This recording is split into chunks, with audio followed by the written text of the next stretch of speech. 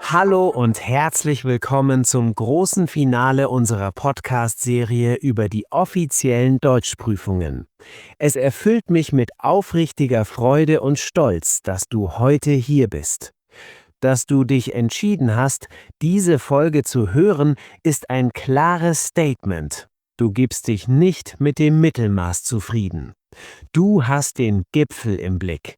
Du willst die deutsche Sprache nicht nur als Mittel zur Kommunikation nutzen, sondern als Instrument der Präzision und der intellektuellen Teilhabe.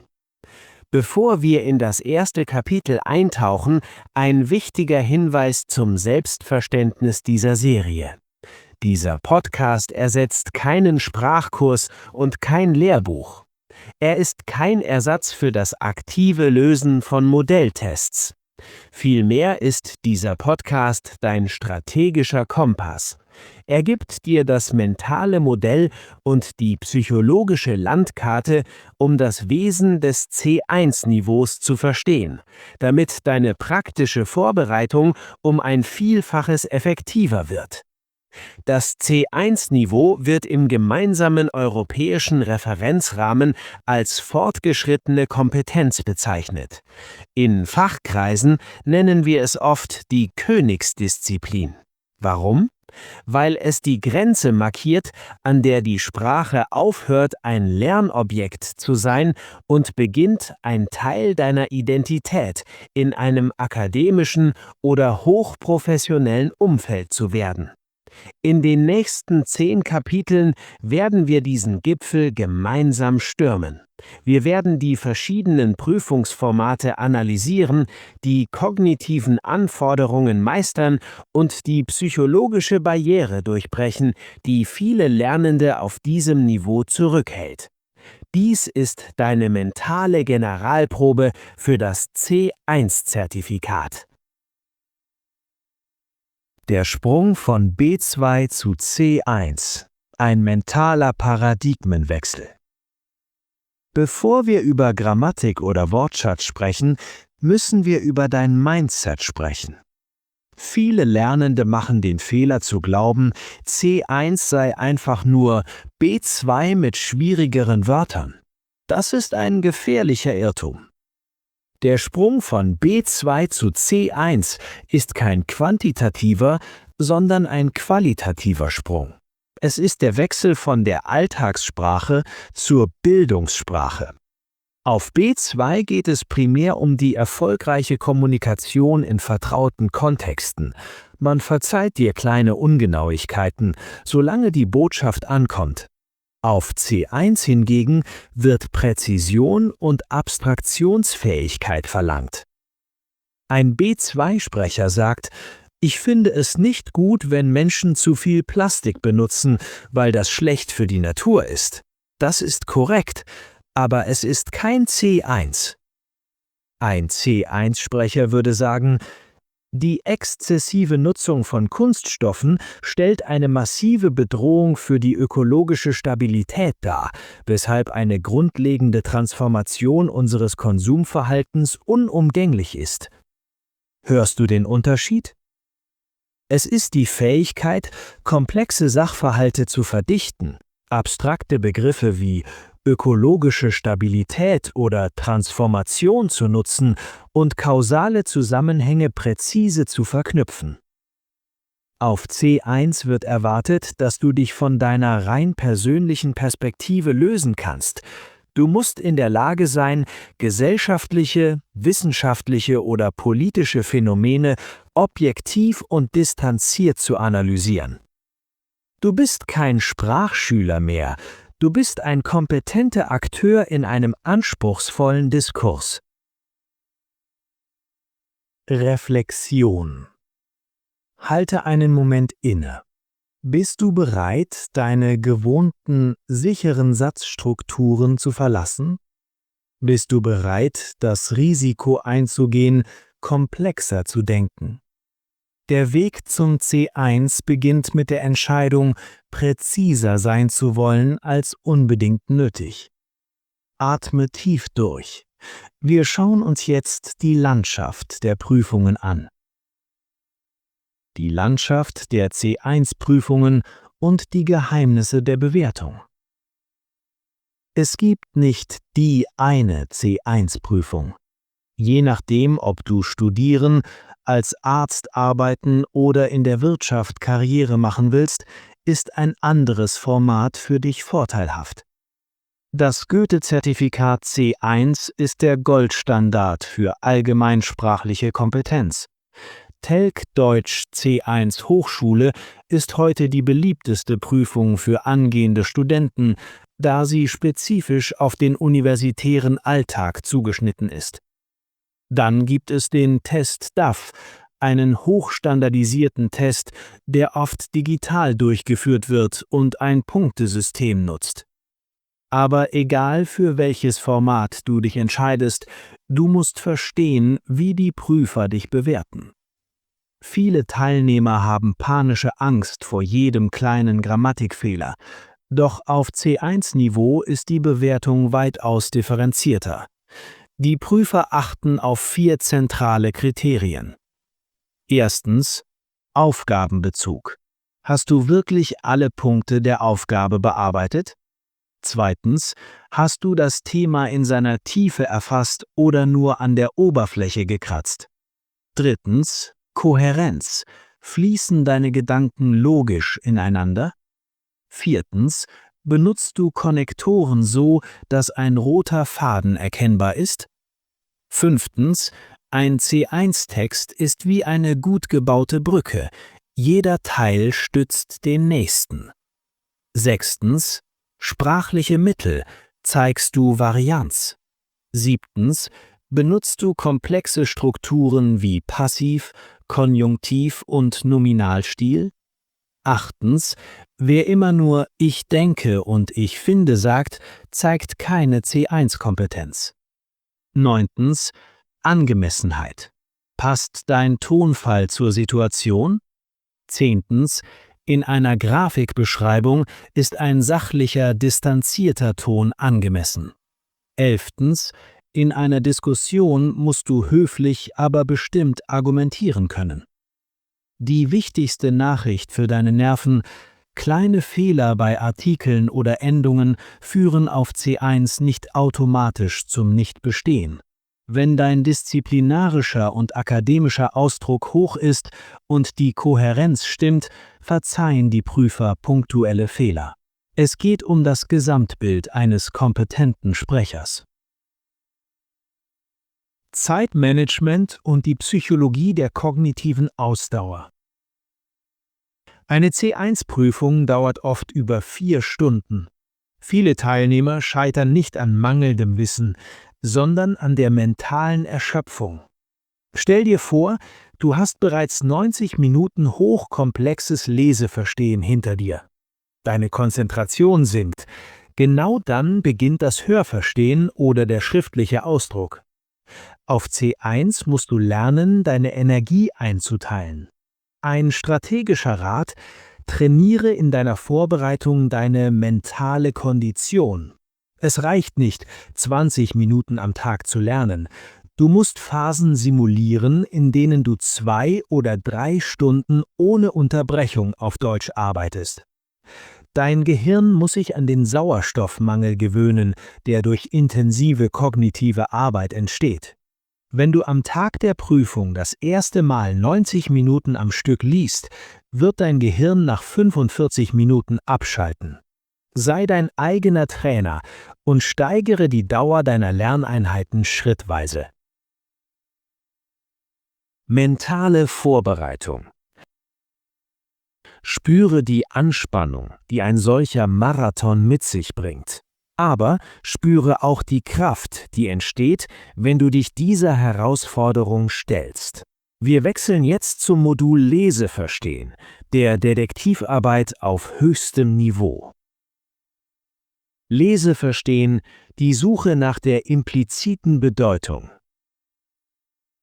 Auf C1 liest du keine Berichte mehr, du liest Abhandlungen aus Zeitungen wie der Zeit oder der FAZ. Die größte Hürde im C1-Leseverstehen ist die implizite Bedeutung. Das bedeutet, die Antwort auf eine Frage steht oft nicht explizit im Text. Du musst schlussfolgern.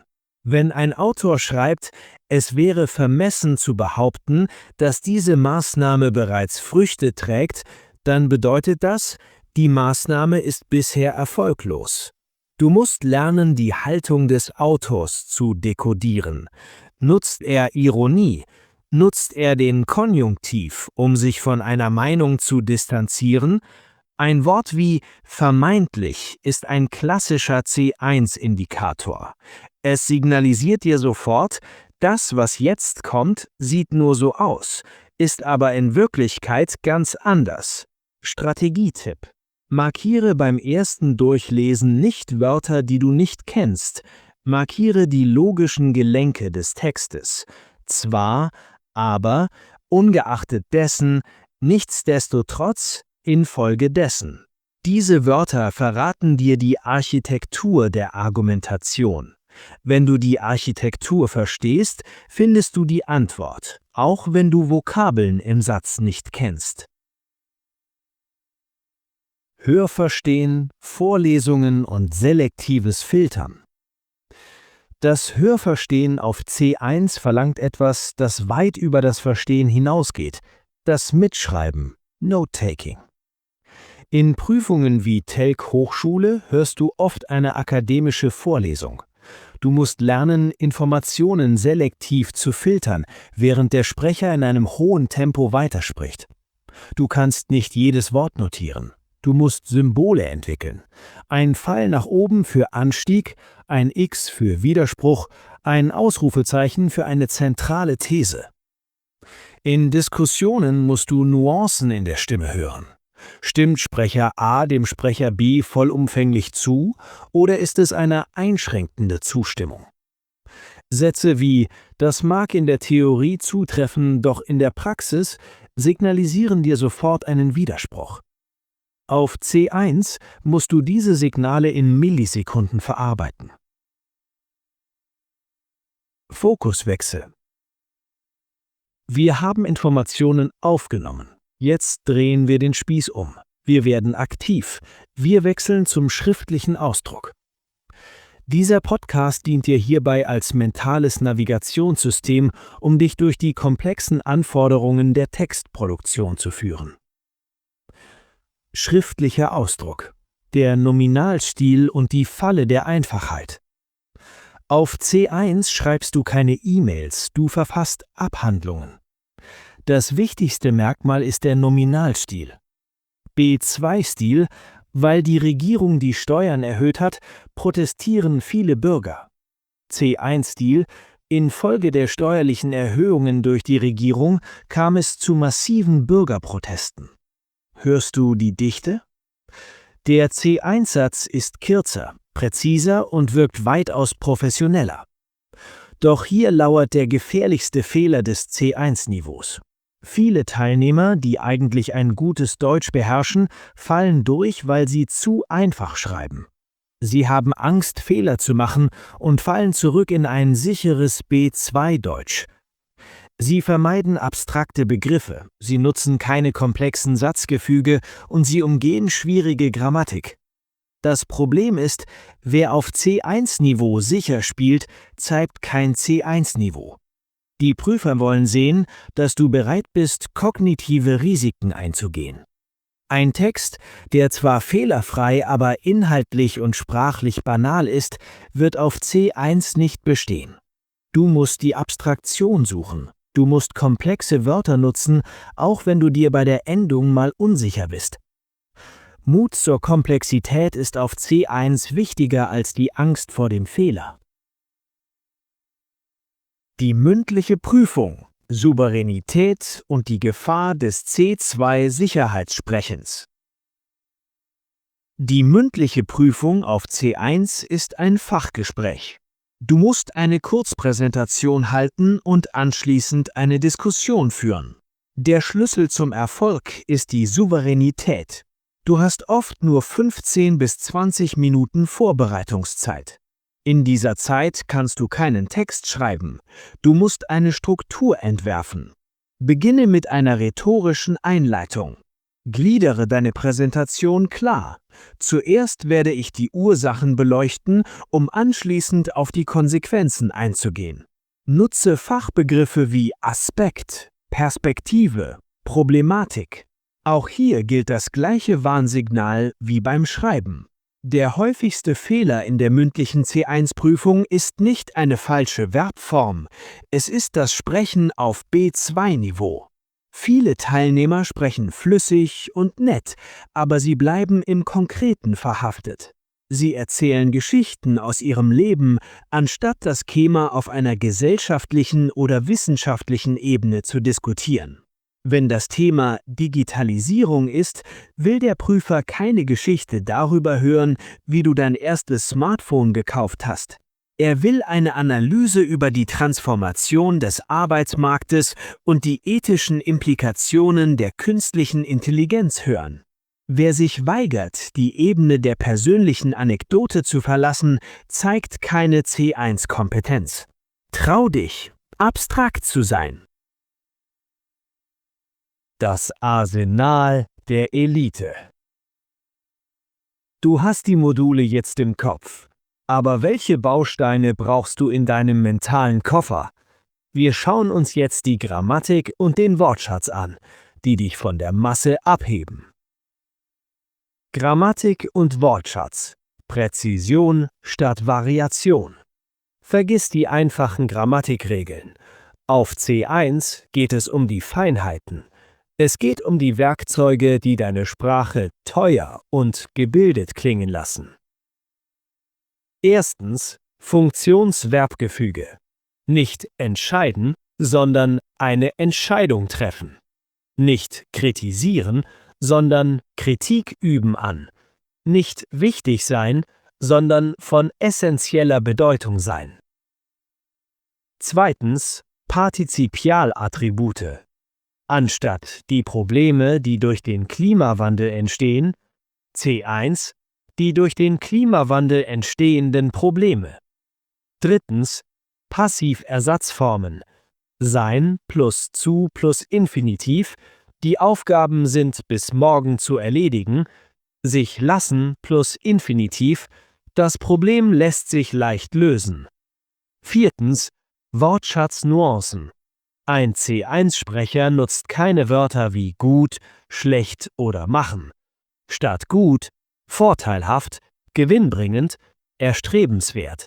Statt schlecht, kontraproduktiv, suboptimal, verheerend.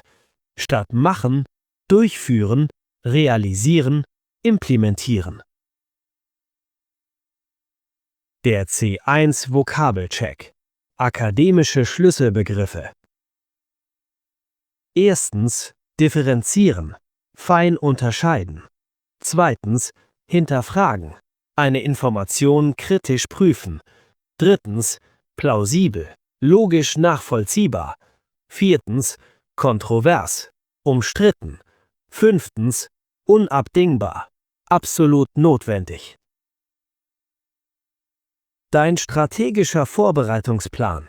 Die 3 bis 6 Monate Roadmap. C1 lernt man nicht nebenbei.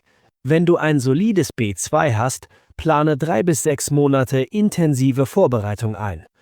Dein täglicher Rhythmus: Konsum 45 Minuten, lies das Feuilleton großer Zeitungen, hör Podcasts wie den Deutschlandfunk. Produktion 30 bis 45 Minuten, schreib jeden Tag einen Absatz im Nominalstil. Nimm dich selbst auf. Ressourcen: Nutze Lehrwerke wie Erkundungen C1 oder Sicher C1. Für Telg Hochschule ist mit Erfolg zu Telg C1 Hochschule unumgänglich. Wichtiger Hinweis: Besuche einen spezifischen Prüfungsvorbereitungskurs. Auf C1 ist die Prüfungstechnik oft genauso wichtig wie das Sprachwissen. Die Ziellinie. Wir kommen zum Ende unserer Reise. Wir haben die Technik, die Strategie und den Plan besprochen. Jetzt geht es um das große Ganze. Wir kommen zum letzten Kapitel. Fazit: Dein neues Leben als kompetenter Sprachverwender. Wenn du das C1-Zertifikat in den Händen hältst, passiert etwas mit dir. Es ist nicht nur ein Stück Papier. Es ist der Beweis, dass du eine der komplexesten Sprachen der Welt auf einem Niveau beherrschst, das dich zur Elite der Nichtmuttersprachler macht. Noch einmal zur Erinnerung: Dieser Podcast ist dein strategischer Kompass. Er gibt dir den notwendigen Orientierungsrahmen, aber er ersetzt nicht das Training mit echten Modelltests. Er gibt dir das mentale Modell, um die Prüfung zu verstehen, aber die Umsetzung liegt bei dir. Brauchst du C1 wirklich? Wenn du an Universitäten forschen willst, in der Medizin Verantwortung trägst oder in der Management-Ebene mitdiskutieren willst, dann ja. C1 ist für die Ambitionierten. Es erfordert Opfer, Zeit und Schweiß. Aber das Gefühl, die deutsche Sprache auf diesem Niveau zu beherrschen, ist unbeschreiblich. Die 3 Säulen deines C1-Erfolgs. Erstens, Abstraktionsvermögen. Denke in Konzepten. Zweitens, Präzision. Suche immer nach dem treffendsten Wort. Drittens, Struktur. Gib deinen Gedanken ein logisches Fundament. Wenn du diese 3 Säulen verinnerlichst, ist die Prüfung nur noch eine Formsache. Du wirst nicht mehr Deutsch sprechen, du wirst auf Deutsch denken. Wir sind am Ende unserer 3-teiligen Serie über die Deutschprüfungen angekommen. Wir sind vom Überlebensmodus des B1 über die professionelle Brücke des B2 bis hin zum akademischen Gipfel des C1 gewandert. Ich möchte dir zum Abschluss danken. Danke für deine Aufmerksamkeit, deine Zeit und deine Ambition. Die deutsche Sprache ist ein wunderbares, logisches und tiefgründiges Labyrinth. Mit dem C1-Niveau hast du nun endlich die Karte in der Hand, um dich in diesem Labyrinth nicht nur zu orientieren, sondern es zu beherrschen. Dein letztes Lernritual für diese Woche? Hör dir diese Folge noch einmal an, aber diesmal mit einem Notizblock. Versuche, die 5 akademischen Schlüsselbegriffe, die ich genannt habe, in 3 eigene Sätze einzubauen. Schreib eine kurze Zusammenfassung dieser Folge im Nominalstil. Ein letzter Rat für den Prüfungstag: Ruhe und Erholung sind Teil deiner Vorbereitung. Ein ausgeruhtes Gehirn kann auf C1-Niveau weitaus besser abstrahieren als ein erschöpftes. Vertraue auf deine Vorbereitung und trau dich, in der Prüfung sprachliche Risiken einzugehen. Ich glaube fest an deinen Erfolg. Die Tür zu deiner akademischen und professionellen Karriere in Deutschland, Österreich oder der Schweiz steht nun weit offen. Du musst nur noch hindurchgehen. Viel Erfolg bei deiner Vorbereitung. Bleib konzentriert und vor allem bleib leidenschaftlich. Auf Wiedersehen und alles Gute für deinen Weg zum C1. C1 ist kein Ziel, es ist ein neuer Ausgangspunkt.